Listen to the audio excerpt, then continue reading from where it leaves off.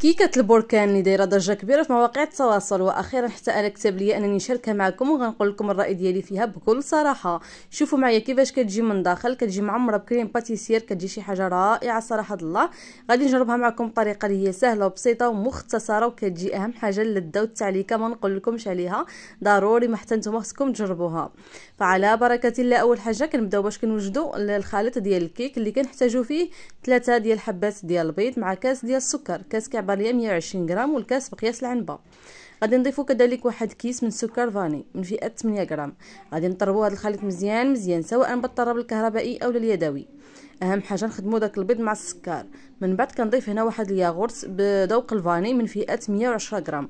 غادي نضيفوها ونبداو نحركو مزيان كيف ما كتشوفوا. من بعد كنضيف هنايا كاس عنبه من الزيت. نرجعوا نحركوا هذا الخليط مزيان كيف ما كتشوفوا. غادي نضيفوا هنايا 300 غرام ديال الدقيق اللي كنضيفوها بطبيعه الحال بالتدريج، وضروري ما نغربلو الدقيق ديالنا. غادي نضيف كذلك واحد المعلقه كبيره ديال الكاكاو المر، حتى هو غادي نضيفوها ونغربلوها باش هكا كنتفاداو انه يبقى لنا مكور. صافي نحركوا مزيان وغادي نكمل هنايا الكميه ديال الدقيق كيف ما كتشوفوا معايا. اهم حاجه في هذا القوام ديال الكيك انه خصو يكون ثقيل شويه على القوام ديال الكيك العادي المعتاد، ضروري من هذه النقطه هذه. غادي نضيف كذلك هنايا مع واحد 16 غرام ديال خميره الحلوى. صافي غادي نكمل التخلاط حتى غادي نحصلوا للقوام ديال الكيك كيف ما قلت لكم يكون ثقيل شويه على القوام العادي.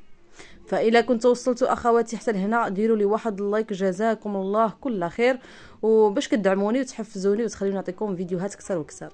غادي ناخذ واحد القالب ديال الكيك اللي عندي فيه هنايا 26 سنتيم.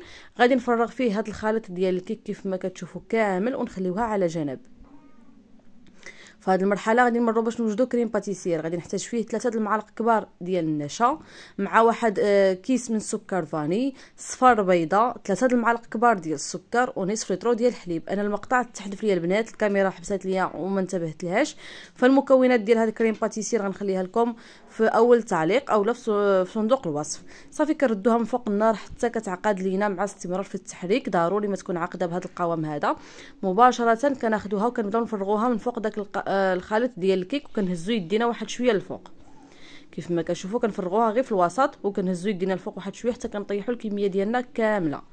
من بعد كندخلوها الفران اللي كيكون ديجا شاعل من قبل، مخلينو نار مهيله كيسخن حتى كطيب الطياب العادي ديال الكيك.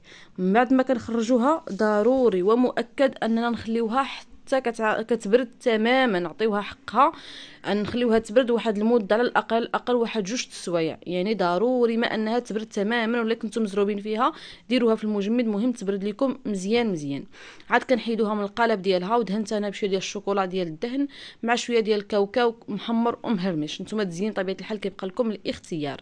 صافي من بعد ما بردات ليا الكيكه ديالي طبيعه الحال كيف ما قلت لكم، دابا غادي نقطع معكم واحد الطريف باش تشوفوها كيفاش كتجي من الداخل.